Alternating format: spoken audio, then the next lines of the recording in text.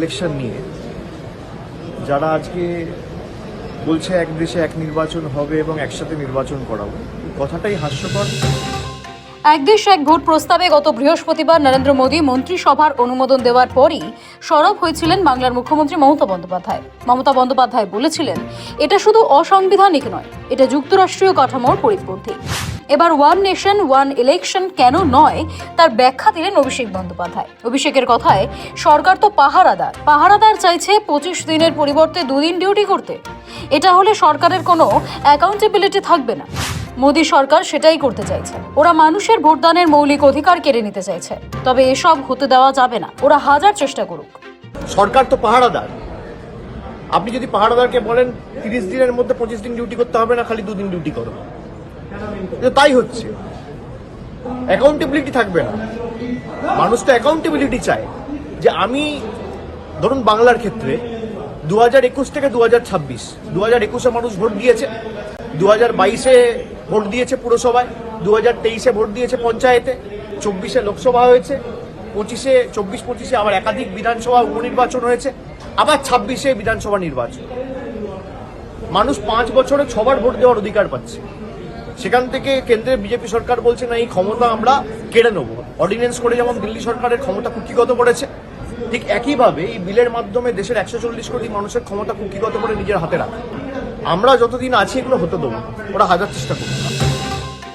এ প্রসঙ্গে কেন্দ্রের সরকারের বৈষম্যমূলক আচরণ বোঝাতে 2021 সালের বিধানসভা ভোটের প্রসঙ্গ টেনে আনেন অভিষেক।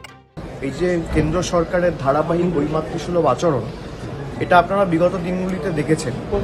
2021-এ বাংলায় যখন নির্বাচন হয়েছিল, একই সাথে আসামে নির্বাচন হয়েছিল, কেরলে নির্বাচন হয়েছিল।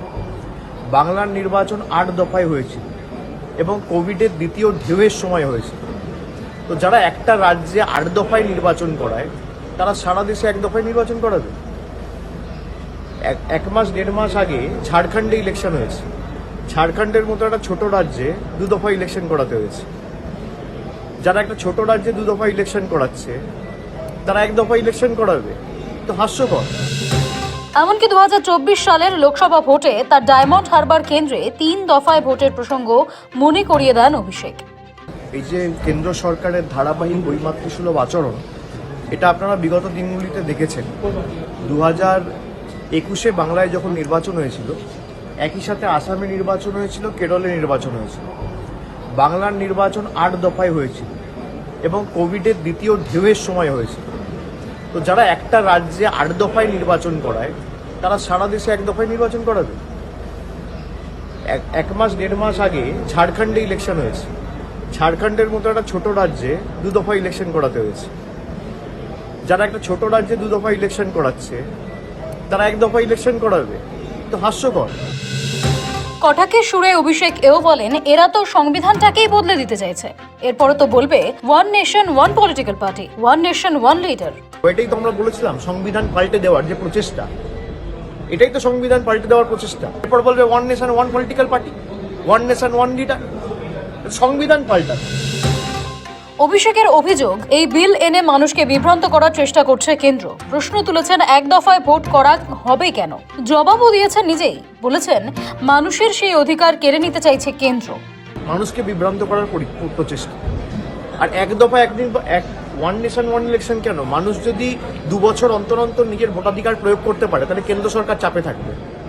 মানুষের অধিকার ছিনিয়ে নেবে। আমার অধিকার, আমি বিধানসভায় 1বার ভোট দেবো, পঞ্চায়েতে 1বার ভোট দেবো, পুরসভায় 1বার ভোট দেবো, বিধানসভায় 1বার ভোট দেবো, লোকসভায় 1বার ভোট দেবো।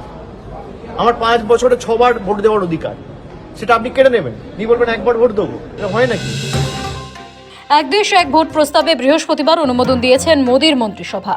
সোমবার সংসদে পেশ হওয়ার কথা ছিল এই বিল। তবে রবিবারই সোমবারের আলোচ্য সূচির তালিকা থেকে এই বিলের প্রসঙ্গ তুলে নিয়েছিল মোদী সরকার। বিরোধীদের চাপের মুখে পড়েই সরকার সাময়িক পিছু হটেছে বলে মত রাজনৈতিক পর্যবেক্ষকদের। ব্যুরো রিপোর্ট, সময়, কলকাতা।